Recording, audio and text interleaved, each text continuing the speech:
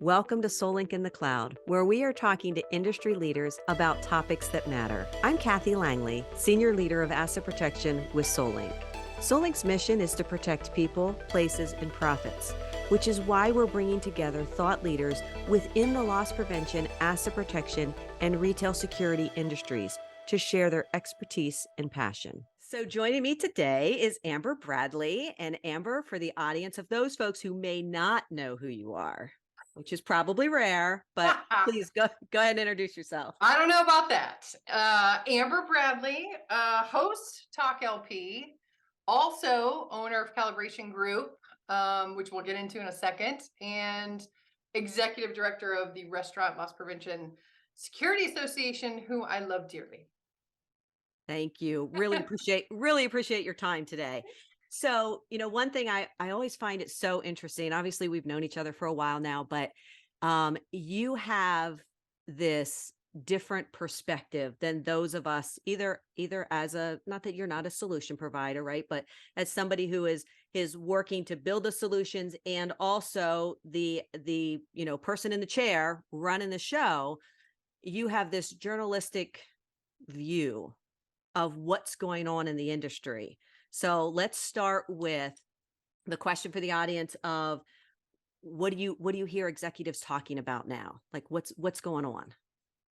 Yeah, thank you for that, because it is true that I've been in the industry over 20 years now, which is keeps making me so much older than I think I am. But it's been awesome because like everybody else, right? With a lot of the executives that I interview, when you say, "How did you get started?" I mean, of all the varying answers that they give, one remains the same, which is, "I fell into this career." No one says, "This was my laser beam," which is the same story for me as an observer, right? Wanted to always be a journalist. So it's wonderful in the seat that I'm in, and really being able to take a holistic view and hear insights from all different companies, all different executive perspectives. And it's enlightening, because when you think about, okay, what questions do you want to ask some of the executives in this industry that are leading the way? Most of the questions are pretty familiar. What's cool is all of the answers are completely different. So when you think about priorities, what are people prioritizing in their strategies these days? It wouldn't come to any surprise to you or your listeners, right, that it's safety number one. The increase in crime, especially post pandemic, the policing relationships, all of that as of late. I mean, safety of the employees and customers that they serve has been number one. Now, what's cool is that they talk about ways that they're going about it in all different, methods, whether it's a focus on technology, a focus on awareness and training, or, a focus on locking everything down, right? That it's, these keepers and all kinds of stuff. So, it's a really interesting mix of what they're doing on the safety side. The other thing that we spend a lot of time talking about, if your listeners haven't checked out the podcast, we talk about how they get in their seat. I do interview people from all over the ladder, but on the VP side, I think what is so cool, there's a couple themes, right? One is humility, and they're not all squishy, they're not all like the squishy answers, but being humble, being able to surround themselves with good people, which a lot of times is tough because that makes you take your ego out of something, which I think we both know about, right? It's like taking your ego out to know, hey, if I surround myself with good people, that's going to make me be even better. And then the other thing that I often find super interesting is the mixed experience that the executives have at that level, whether it's they took a jaunt into operations or supply chain and then came back. Like, most of the folks' careers that we talk about aren't linear, which I think is cool, even within the same organization. So that's super long. Should I take a breath so Agreed. you can No, get the chance? you're doing good. You're on a roll. You're on a roll. But I'm clearly very passionate about this industry. One WZ class and I was hooked. That's it. well, it's so funny that you say that, because I would have historically described you as, oh, she's a marketing executive who has a passion for asset protection.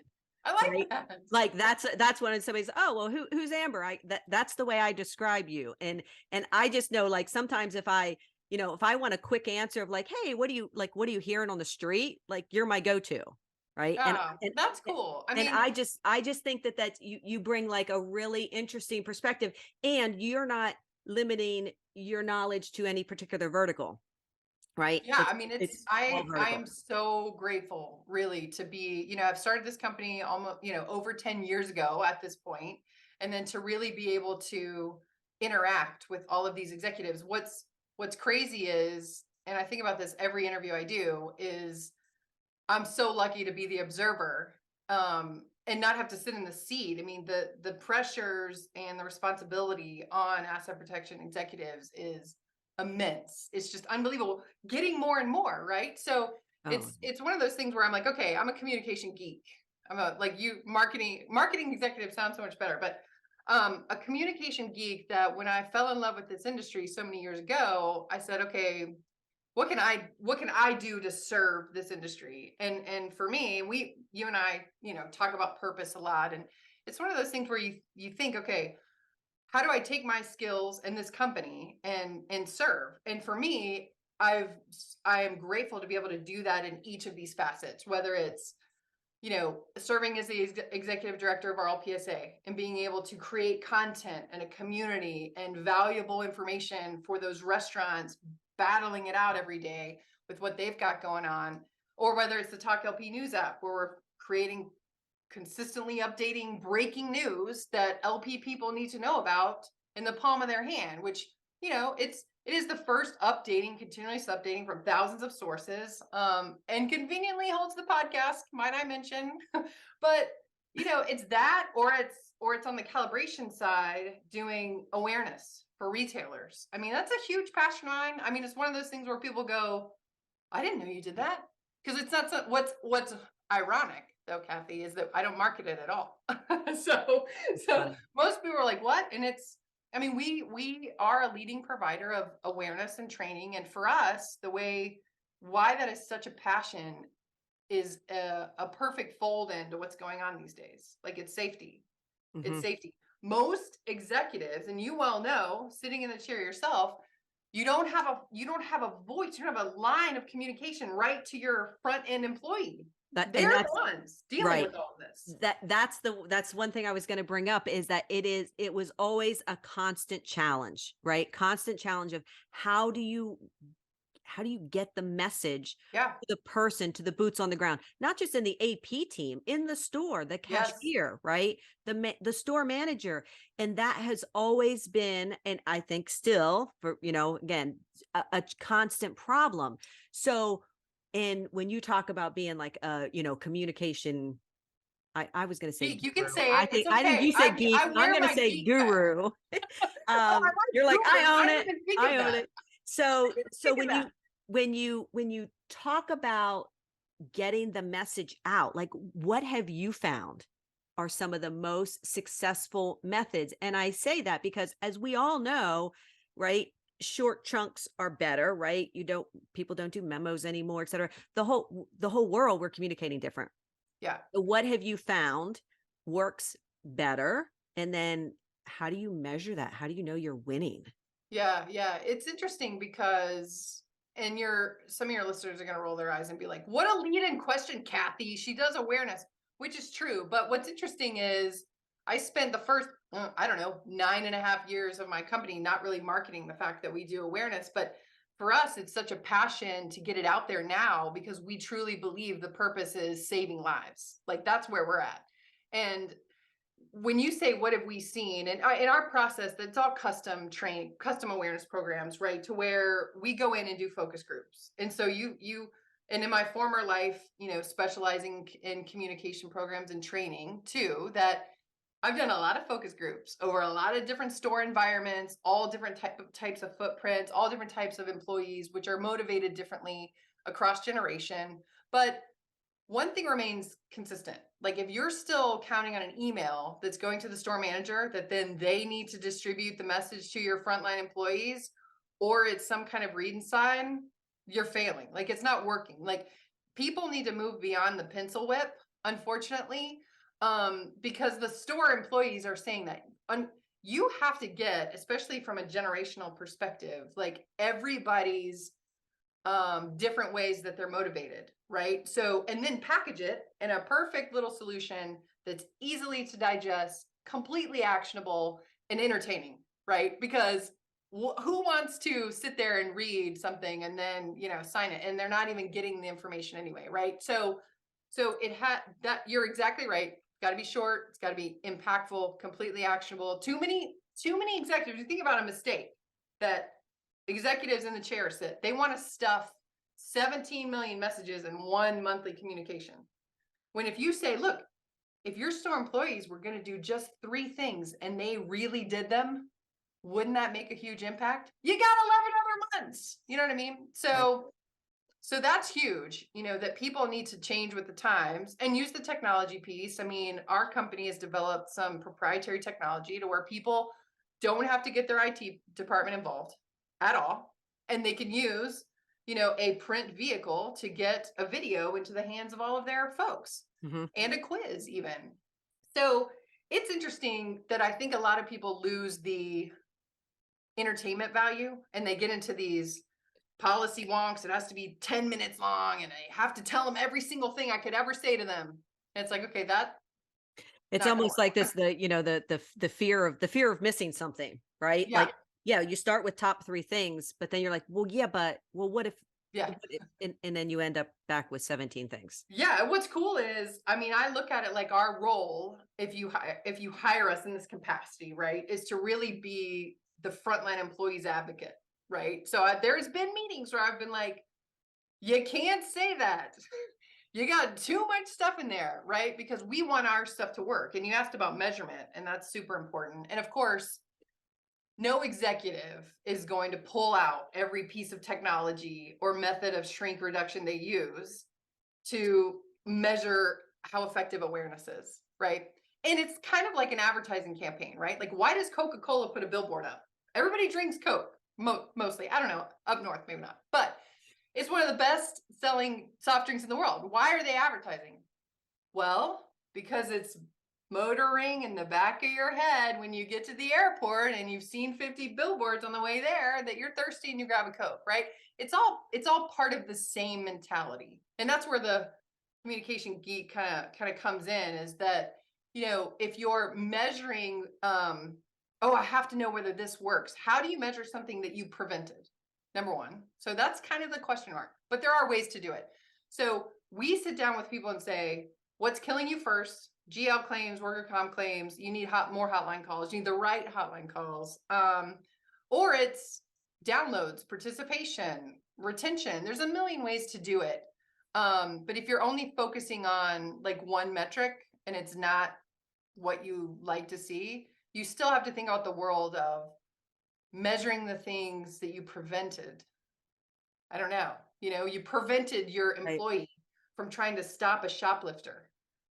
That shoplifter could have killed them, right? I mean, we've seen some tragic news of as of late of that happening, right? So you're preventing someone from, causing a very bad situation, both from a safety perspective and a brand perspective, right? So that's a total non-answer. Are you going to ding me for that? Don't ding me for that. No, I'm not gonna ding you for that. But no, like, so think about, so everybody's trying to do, I'm gonna say, we used to always say, "Oh, you have to do more with less," but sometimes it's more with the same, Yeah. right? Budgets aren't being expanded. I'm maybe not able to add or hire new people. Maybe I don't even have the resources to use an expert like you. What can what are some of maybe your suggestions for the listeners to say, even if you have hardly any money, and how do I get an important safety message or an important shrink message or something out to my team? Like, what can I do? Yeah, it's a great question. And at Apex last year, our Asset Protection Executive Exchange conference that we run, brought to you by Talk LP, you know I had to do that. We offered, this is so near and dear to our heart, this safety message that we offered folks in that room, and I'll put the same offer here on the podcast, is we will design your own custom safety poster, see something, say something type of thing that truly goes into behaviors of concern. Here's the thing, Kathy, like, have you ever been in the Atlanta airport and they say, if you see signs of human trafficking, see something, say something? I don't know what human trafficking looks like. Right. That's the problem, What am I right? looking for? What am I Yes. looking for? So if you're an LP executive and you're like, okay, see something, say something, what the hell does that mean? Right. So it's so important. And we're talking about violence, active shooter, disruptive behavior, things that are happening more and more, and that we have to help retailers get a hold of. That we offered to create a poster for them that we'll send to them, and then they can print Kinko's, but I don't care, right? That's like their own information, because it goes into what people are supposed to report, behaviors of concern. Yeah, okay. Freddie just said that he hates his manager and thinks he should die. I don't know, every day for the last 2 weeks. That's a concern. And the Right. problem is, most employees, like we would do, this is a human thing to give people the benefit of the doubt, just having a bad day. Who Mm. knows? They just woke up on the wrong side. Oh, he's always like that. He doesn't really mean he's going to shoot up the place. Problem is, we don't know, right? Right. So for us, it's super, just start small. You don't need augmented reality crap. Like, all you need is a poster in your break room that hits an emotional appeal and says, please look for these behaviors and let us know. It's anonymous, right? Start small. It's a poster in a break room, right? We'll design it for you. If we don't, have your communications people do it, right? That's important. And then constantly reiterating that with high level folks, right? Which is, you know, you're going to win if your top person that your stores are energized from says, this is important, right? Right. So, of course, that's a big deal. On the internal side, you have to have support. But even if you don't, get the damn poster in the break room, please, where they know that you care and someone's going to understand why to call. So clearly, I'm passionate about it. Well, and I was just going to say, because you said, you made a point to say, like, to show that you care, and a piece of that is it's leadership, right? Yeah, It is you can't pretend to care. right. You have to They'll see right through you. genuinely care. They will totally see right Yeah, through you, right? And yeah, you've just minimized not just that lesson, any previous lesson, right? Like, you have to be able to, you have to actually care. yeah, Safety, shrink, all of it. Genuinely care. And then I'm going to say, be transparent, right? Transparent yeah. leadership, right? Keep it, and keeping it real. Yeah, that's huge. I mean, I think that's partly why people have absorbed our podcast so much, is because, it is the unscripted side of LP. If you know me at all, I don't edit these things. Like, um, what'd you say? You're like, oh, you're confident. I was like, well, it's kind of reckless abandon. It actually works out though, because I like the real stuff. The scripted stuff to me is a little less valuable, but a little less, like, in my opinion. So, and this is my bag, right? Being able to just be real, I think it's important. And it translates the same concept to your employees, right? I mean, you put up the poster that says snitches get stitches, right? And or you're going to jail, we're going to drag you out of here, I mean, not building a lot of trust there, right? I mean, if you're still doing, if there are people in handcuffs in visuals in your break room, might need a little updating, right? If you, in case you haven't seen, you need to maybe go listen to Brene Brown's TED Talk and get a little vulnerable, because that's where everybody is these days, Right. Right. Absolutely. So I'm gonna wrap things up here a little bit, and I want to ask you. So we step back. Your professional life, my professional life. We're constantly assessing, right? What can we do better? Gee, how did I do? Et cetera, et cetera. Sometimes reckless abandonment, true, but I'm a huge fan of stop, start, and continue. So when am I going to start? When am I going to stop? When am I going to I love continue? this. And so, from a personal perspective, so we just talked about the industry that we love. From a personal perspective, can you share with us a stop, start, and continue Okay, I will, and in then you'll have to call Amber's me out world. if you don't think they're like personal enough. And what's funny is, as extroverted as I am, business wise, I'm relatively private, personal wise. You get kicked into the teeth enough to know that you got to protect that side of yourself. But I will tell you, so my stop is giving in to unreasonable requests. That So applies personal and professional, right? sir, Yeah, you're damn right. It right. is. Yeah. You might have to bleep that. I don't know. But yes, That it I is. need to interrupt here real quick. Unreasonable request. That almost falls into the your failure to plan does not constitute an emergency. And Yeah, like yeah. heads up. Yes. And I will also say that, see, you can tell when I stop talking, I'm really working hard to put something in the political way it should be. But a lot of times I think, especially women in the industry, and don't roll your eyes, dudes, don't freak out. This isn't going too far over the cliff. But I think sometimes you have to step into your own and own it, even though people are still maybe treating you a little less than the respect that you deserve. So you got to step into it and actually say, no, no, I'm not going to do that. Because you, not you, the collective you, right, should meet me where I am, which Right. is, I've been around and I feel like a student of the industry. And it's one of those things where it's like, I'm gonna stop giving in to unreasonable requests. That's Okay. me. That's good. Okay, That's good. so the start. I'm gonna start telling people what I do, which is part of this podcast. Um, and I think for me, I'm gonna start taking more time to thoughtfully prepare and read for like my day. Like Mm, I'm getting up and I like to sleep. As anyone that knows, they're getting emails from me at 2 in the morning because I'm a night owl. I like the night owl scene.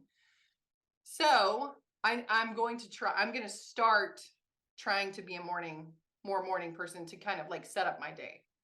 So that's personal, isn't I it? mean, yeah, that's personal. And you can call me anytime in the morning, Amber. Anytime. Oh God. So you're a morning person then. I am a morning You're person up with the sun. and I like it. Oh God. I'm up Yeah. before the sun, by the way. But yes. Before I'm trying, Kathy, and as the older I get, I can't sleep as long, right? I mean, I don't know why that is. I saw this meme that was hilarious. It was like the only reason I'm getting up is that my bladder is making me. Is that crude? Anyway, okay, continue. Um, I will say this is personal and professional. Grinding, right? I'm in a time of the life that is Mm, like it's a grind to keep everything going, right? And you know moving, you get personal stuff going on that you're trying to get settled, and building things. It's like, okay, that's a bit of a grind to make sure everything stays together. It's a beautiful happy grind that I love, but at the same it's same with work, right? I feel so grateful and humbled to be able to do what I do, but it is several things, right? Spending right. at the same time, which I love deeply, right? Talk LP, RLPSA, Apex, that's a budding. They Talk LP, is taking off like wildfire from an app perspective, and for me, the grind is being better. How do we continue to be better? And constantly providing and serving this industry with stuff they need to know, right? So I don't know. That's like more personal than I wanted to get, but good for you. Nice. I feel like I won. I'm just kidding. Winning, No, hashtag winning. winning.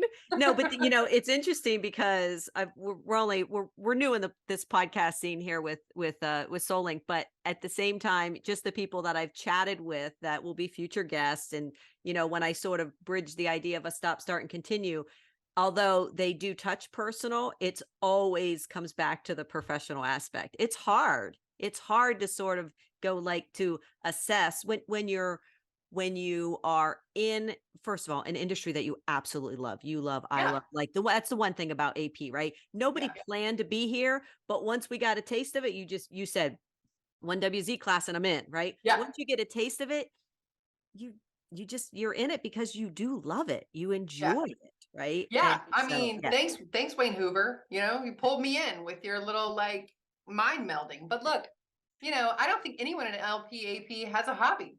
I don't have any hobbies. I like to work. If I'm what I mean, what am I going to do? Go play pickleball? I don't know. I'd rather be working. yeah.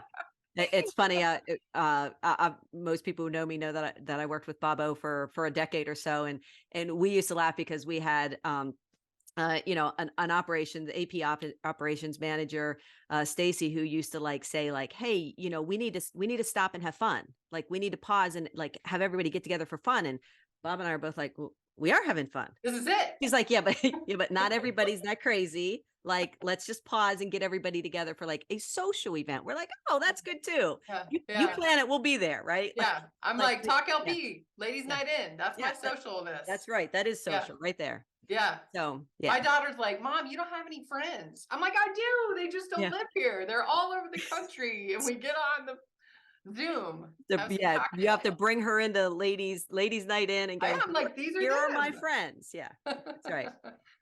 Well, thank you So so much. I really appreciate it. absolutely. Thank you so I'll much. come back anytime and talk about myself. Wonderful. I love that. Thank you, Amber. Always appreciate it. Thanks, Kathy.